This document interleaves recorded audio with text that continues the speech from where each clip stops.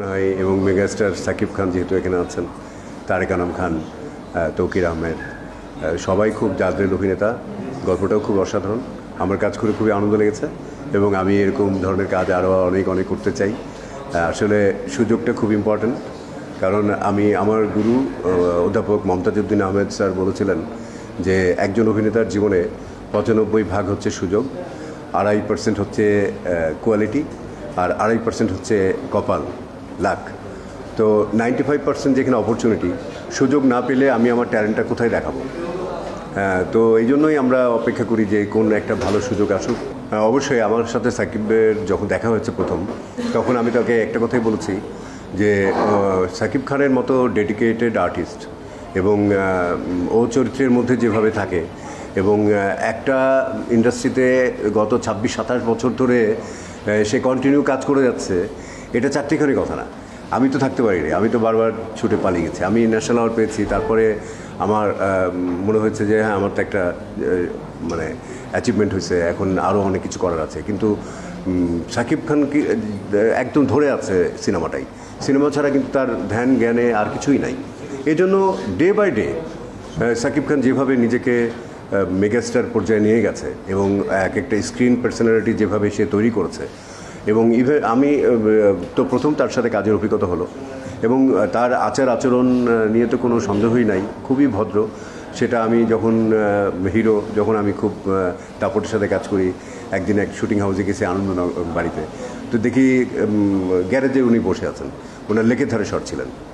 তো আমি বলি সাকিব আপনি আসেন, মেকআপ রুমে বসেন, কিন্তু উনি গেলেন না। উনি আমার সাথে কথা বললেন, খুব সম্মান করলেন, চেয়ার থেকে উঠে দাঁড়ালেন।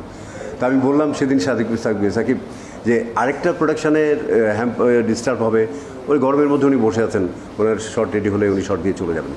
তো এই যে তার মধ্যে যে ডেডিকেশন এবং অনেস্টলি কাজ করার যে মানসিকতা, এবং সে কারণেই কিন্তু আজকে সে প্রতিদান হিসেবে তার পাচ্ছে সবার ভালোবাসা।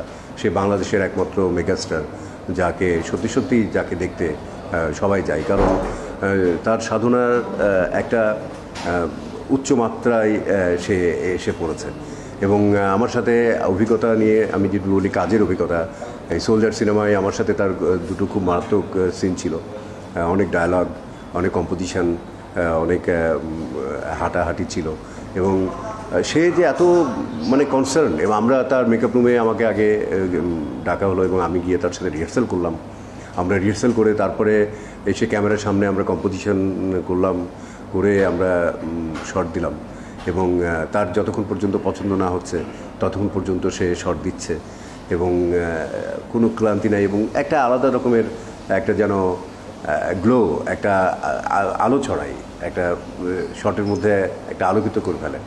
তো খুবই ভালো লেগেছে আমার, এবং আমি আশা করব সাকিব খানকে এরকম অনুসরণ করে আমরা যারা জুনিয়ররা আসছে তারা যেন বুঝতে পারে যে একজন শিল্পীর আসলে রিপ্রেজেন্টেশনটা কী বা দায়িত্বটা কী, কমিটমেন্টের জায়গাটা কী।